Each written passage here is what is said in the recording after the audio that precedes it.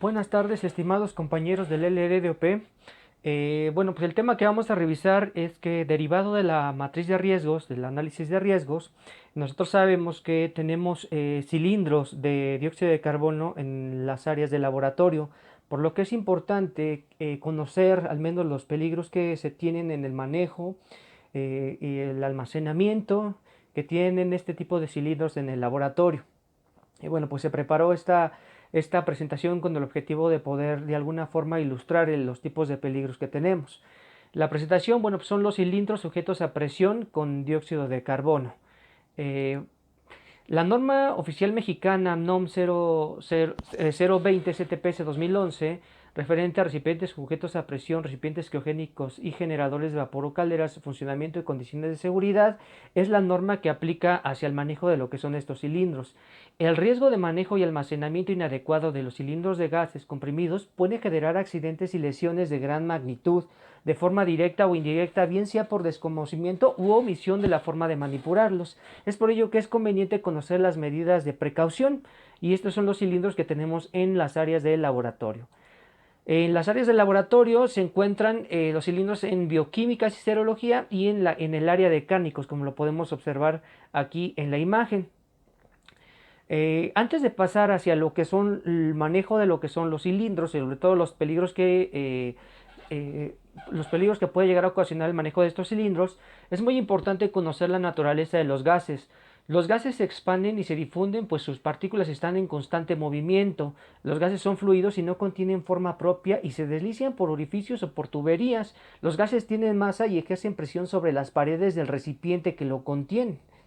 Es muy importante eso. Los gases tienen temperatura. La temperatura está relacionada con la velocidad con la que se mueven las partículas. Es decir, si las partículas se mueven rápidamente, el gas tiende a calentarse.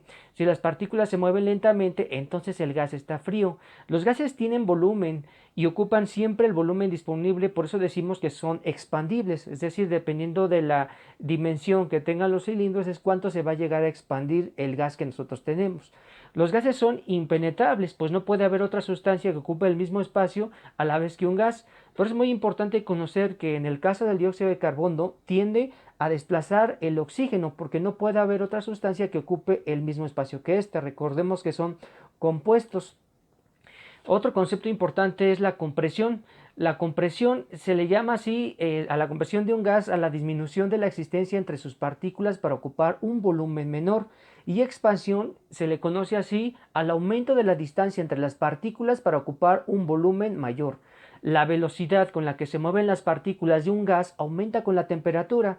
Así aumenta el número de choques de partículas contra las paredes del recipiente y por lo tanto aumenta la presión. Entonces recordemos que a mayor choque de partículas, a mayor movimiento de partículas, hay un aumento de la presión, mientras que si hay una expansión hay más distancia de las partículas y la presión tiende a disminuir. Viendo todo esto, es muy importante conocer la manipulación de los cilindros, ya que cualquier daño que se ocasione en el cilindro afecta la resistencia mecánica de este, y en algún momento se podrá producir una ruptura explosiva debido a las presiones que hay en el interior. Es muy importante que los cilindros no se manejen de forma acostada o que se estén rodando, porque recordemos que entre mayor número o mayor choque de partículas y movimiento de partículas puede tender a aumentar la presión. Y recordemos que los gases siempre van a ejercer la presión hacia las paredes del cilindro que los contenga. La manipulación adecuada de los cilindros debe de ser de forma paralela y deben de ser transportados en ruedas o carretilla con ruedas y con cadena, y los cilindros siempre deben de estar de forma vertical para evitar el menor número de movimiento de partículas que nos lleve al aumento de la presión. Los cilindros, tanto los cilindros almacenados como los que se transportan deben tener siempre una caperuza, que es una tapa en la válvula puesta, que es esta parte de aquí, y está en la parte superior. ¿Esto por qué? Porque la parte superior es la parte más frágil de lo que es el cilindro, y por lo tanto por esta parte es por donde podemos llegar a tener puede llegar a salir el gas que se encuentra comprimido y hacer lo que es un proyectil. Es muy importante no trasvasar los cilindros de uno a otro, ya que el cilindro que recibe gas puede tener una otra presión que puede generar un daño que provoque la explosión. Asimismo, los cilindros también se deben transportar y almacenar de forma vertical, como lo explicamos anteriormente.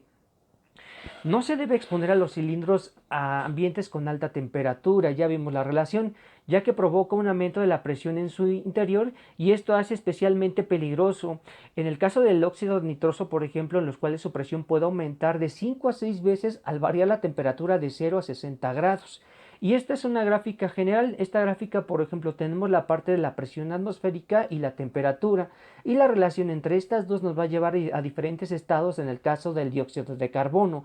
Por ejemplo, a ciertas temperaturas puede haber lo que se le conoce como una sublimación, que es el pase del estado gaseoso al estado sólido sin pasar por el estado líquido. Así es como se forma el hielo seco, este que conocemos el que tiene las paletas, por ejemplo, es así como se forma.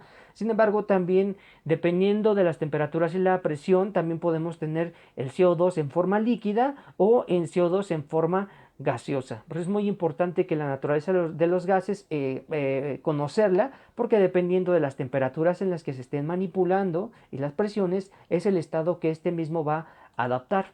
Las fallas más frecuentes del manejo y almacenamiento son que los cilindros se llegan a almacenar en pasillos o en áreas de circulación y áreas comunes, por lo que aumenta la probabilidad de que pueda surgir algún accidente. Por ejemplo, estos que ven que aquí que no tiene caperuza, pues al momento de caer puede generar que se haga como una especie de proyectil, porque puede salir disparado lo que es el cilindro, es muy alta la presión. Algunos cilindros se encuentran sin anclar y sin sus respectivas caperuzas de seguridad, como lo estamos viendo aquí. Algunas salidas o conexiones a equipos presentan averías o dobleces en su trayecto. Esto porque muchas veces cuando se tiene una zona donde se almacenan los cilindros, están conectados a ciertas tuberías y estas tienen que estar constantemente verificadas para evitar la fuga de alguna de estos gases. Los colores que no corresponden al contenido del cilindro. Si bien es cierto que la norma 020 no especifica el tipo de colores, hay lineamientos de otro tipo de normas, algunos internacionales, donde dependiendo del tipo de color que tenga el cilindro es el tipo de sustancia que contiene. Y por otra parte, los cilindros se transportan de forma insegura, arrastrándolos o rodándolos por el suelo. No se utilizan carritos de transportes para la seguridad para este fin. Recordemos que si nosotros tendemos a rodar, hacemos mayor movimiento de partículas dentro del cilindro, lo que puede provocar el aumento de la presión. Las precauciones del dióxido de carbono según la hoja de seguridad son las siguientes. Por ejemplo, indicaciones de peligro. Contiene gas a presión y puede explotar si se calienta. Ya vimos que de los principios de la relación entre temperatura y la presión puede desplazar el oxígeno y causar asfixia rápida. Ya habíamos visto el principio de lo que es que el gas puede llegar a desplazar a otro tipo de sustancias. Por ejemplo, el CO2 puede desplazar al oxígeno. Puede causar quemaduras por congelamiento. Ahí habíamos visto que también existe el proceso de sublimación y el dióxido de carbono tiene ese proceso de sublimación a ciertas temperaturas. Por eso puede causar quemaduras por congelamiento y puede que incrementar la frecuencia respiratoria y cardíaca. ¿Esto por qué? Porque al haber ausencia de oxígeno, si nosotros no nos damos cuenta, puede aumentar nuestra respiración y la frecuencia cardíaca. Los consejos de precaución, de acuerdo a la ficha técnica, es no manipular antes de haber leído o comprendido todas las precauciones de seguridad. Es importante evitar respirar el gas y evitar el contacto con los ojos y la piel o la ropa. Utilizar y almacenar solo en exteriores o lugares bien ventilados. Y utilizar un dispositivo de precaución contra flujo o tubería. Esto es en caso de que esté conectado a una tubería. Cierre la válvula después de cada uso y cuando esté vacío. Es importante esto, por eso tenemos válvulas de regulación. Y proteger de la luz solar, que sabemos que el impacto que puede generar también el aumentar la temperatura, la luz solar, puede generar que se aumente lo que es la presión. Dentro de los primeros auxilios, pues básicamente las medidas de primeros auxilios tras una inhalación del gas es llevar a la víctima hacia una zona no contaminada utilizando el equipo de respiración autónomo y mantener a la víctima caliente y en reposo. Llamar al médico y aplicar respiración artificial si la respiración se llegara a detener. Esto, bueno, pues está relacionado con los primeros auxilios que se tiene que dar en la respiración. Medidas de primeros auxilios tras el contacto con la piel. Ya vemos que puede causar quemaduras o por congelamiento, entonces es rociar agua durante 15 minutos y aplica lo que es una gasa estéril y obtener asistencia médica. Para el transcontacto con los ojos es lavar inmediatamente los ojos con agua durante al menos 15 minutos y en caso de ingestión esto no representa o no es considerado como una vía potencial de la exposición. Es parte de lo que es la ficha técnica que tenemos. La norma oficial mexicana, cuando hace referencia a recipientes sujetos a presión, recipientes criogénicos y generadores de vapor, tienes en el apartado 4.28 recipiente criogénico, y el concepto es el siguiente. El recipiente sujeto a presión contiene un fluido criogénico, oxígeno, nitrógeno, argón, helio, hidrógeno, entre otros, o gases condensados o licuados. Por ejemplo, aquí entramos nosotros, el dióxido de carbono y óxido nitroso, entre otros, de doble pared con un tanque interior o exterior, en su caso. Y maneja lo que son las unidades de presión. Maneja kilopascales, que es igual a 10 a la 3 pascales, y un kilopascal equivale a 1000 pascales. Y también los PSI, que son los libras por pulgada cuadrada. Un PSI equivale a 6.89 kilopascales. Estos PSI también son unidades que son manejadas en lo que son las autoclaves. Ok. Ahora, de acuerdo a la norma, hay categorías para los recipientes sujetos a presión. Esto nos va a hablar sobre una clasificación específica, porque dependiendo de esta clasificación, y vamos a determinar el tipo de requerimientos que nos va a pedir la norma. Entre ellos, por ejemplo, la categoría 1, 2 y 3, donde nosotros vamos a observar que hay ciertas cantidades de presión, hay menores presiones en la categoría 1, hay volúmenes pequeños. En la categoría 2 empiezan a aumentar las presiones en cuanto a kilopascales se refiere, y aumentan los volúmenes de los cilindros que los contienen. Y en la categoría 2 ya empiezan los volúmenes caracterizados como peligrosos. Y en la categoría 3 aumentan aún más los kilopascales y aumentan también el volumen que nosotros tenemos. Esta es parte de las guías de referencia de la norma 020 STPS 2011. Asimismo, dependiendo de la clasificación, hay condiciones de seguridad y condiciones generales. Para los equipos clasificados en categoría 1 se debe cumplir con los siguientes: tener marcado pintado, por ejemplo, el número de serie único de identificación TAC, que esto viene en el cilindro; contar con un manómetro o en su caso con los instrumentos de control, que también vienen acompañados con el cilindro, deberían de estar así; mantener instrumentos de control en condiciones seguras de operación; contar con un dispositivo de relevo de presión; disponer de espacio suficiente para su operación, revisión y en su caso realización de las maniobras de mantenimiento; de comodidad con el manual de fabricación y recomendaciones del instalador, que esto es muy importante porque así nos va a permitir una mejor manipulación. Para los equipos clasificados en categorías 2 y 3 se debe cumplir con los siguientes: también marcado el número de tag o el número de identificación en el cilindro, que esto es parte de lo que se registra cuando el cilindro fue fabricado. Quiere decir que este cilindro ya está identificado.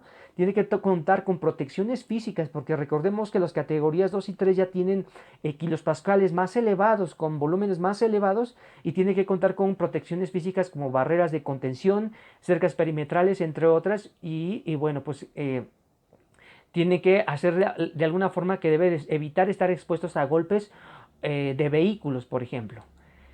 También mantener un sistema de soporte de cimentación en condiciones tales que pues no afecte su operación; disponer de un espacio requerido para la operación; contar con elementos de protección física, aislamiento y evitar riesgos a los trabajadores por contacto de temperaturas extremas cuando aplique; estar señalizados e identificados los fluidos que contienen de conformidad con las normas, por ejemplo la 018, que es la que hemos estado manejando en el laboratorio, en donde viene el sistema globalmente armonizado; la norma 026, que nos habla sobre todo de los equipos de protección personal; así también, pues también hacer referencia a la norma 022, sobre todo para lo que es el manejo de líquidos y gases inflamables cuando aplique; mantener instrumentados el control y condiciones seguras de operación; y contar con elementos que dirijan el desahogo de fluidos a través de dispositivos de relevo; contar con medios de conexión de extinción de incendios, por ejemplo en caso de que llegara a aplicar; y estar sujetos a programas de revisión y mantenimiento, que es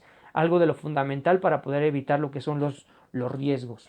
Disponer de hojas de datos de seguridad, que es muy importante. Tenemos la hoja de datos de seguridad del dióxido de carbono, y en base a lo previsto a la norma 018, que nuevamente, repito, es el sistema globalmente armonizado que vamos a encontrar en los aspersores de laboratorio.